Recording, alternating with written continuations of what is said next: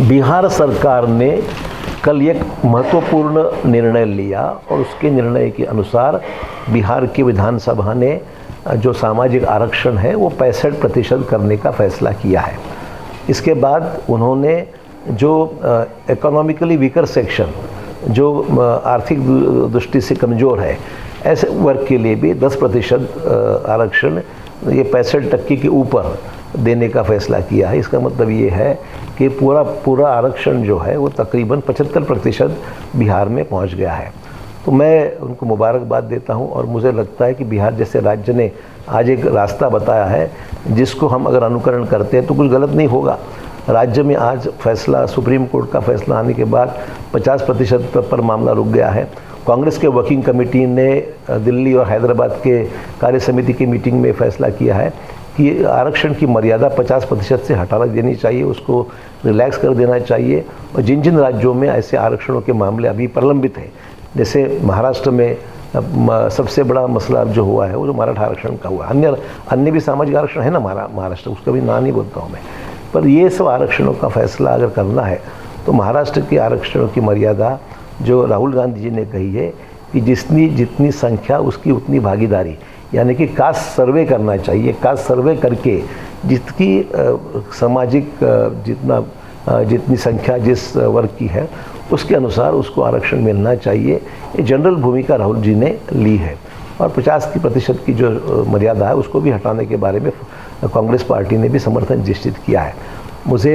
इस बात से जनता को बताना चाहूँगा कि 65% का आरक्षण बिहार में होता है और बिहार का 65% का आरक्षण उसमें भाजपा वहाँ की जो है वो भी समर्थन देती है। तो मुझे महाराष्ट्र में तो कोई दिक्कत नहीं, कांग्रेस पार्टी का स्टैंड पहले से ही है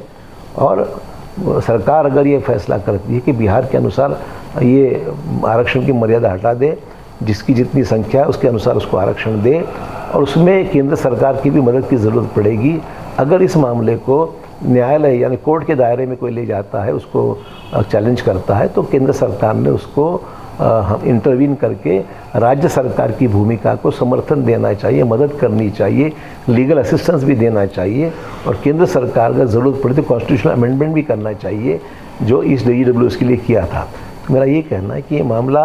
जितना रोज़ आप देख रहे हैं कि इसकी एक मर्यादा जरंगे पाटिल ने व्यक्त की है, इस मर्यादा में जल्द से जल्द कुछ करना है तो निश्चित तौर पर कोई फैसले करने की आवश्यकता है। जैसे आज कुंडली प्रमाण पत्र जिन लोगों के पास उनके पुराने उनके एंसेस्टर्स के, उनके बाप दादाओं के जो भी पुराने कागजात हैं, उस कागजात के अनुसार उनको कुंडली देने का फैसला किया, ठीक है, अच्छी बात है। तो जिसके पास है तो वो कुंडली है तो वो OBC में ही जाएगा, कुंडली है तो उसको बैकवर्ड का सर्टिफिकेट मिलता है और जो स्टेट गवर्नमेंट ने अनाउंस किया है क्योंकि वो है ही और है इसलिए तो उसके डॉक्यूमेंट्स हैं।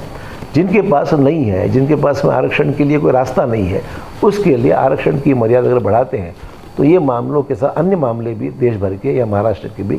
उसमें हल निकल सकता है और सभी को इसका फायदा हो सकता है। धनगर समाज, OBC समाज भी इस मांग को लेकर सभी का है, सभी रैलियां निकालेंगे। मैं समझता हूँ कि रैलियों निकालने से मामला हल नहीं होगा। इसको जो कानूनी प्रक्रिया है उस कानूनी प्रक्रिया, ये कानूनी तौर पर जो एक्ट बनाना है, जो चेंजेस करने हैं, जो कॉन्स्टिट्यूशनल अमेंडमेंट करना है, ये सब चीज़ें जो है इसकी प्रक्रिया होती है। उस प्रक्रिया को बिहार ने रास्ता अगर बताया है और वो कानून के दायरे में बिठाने के बारे में जब बिहार कर सकता है तो हम क्यों न करें।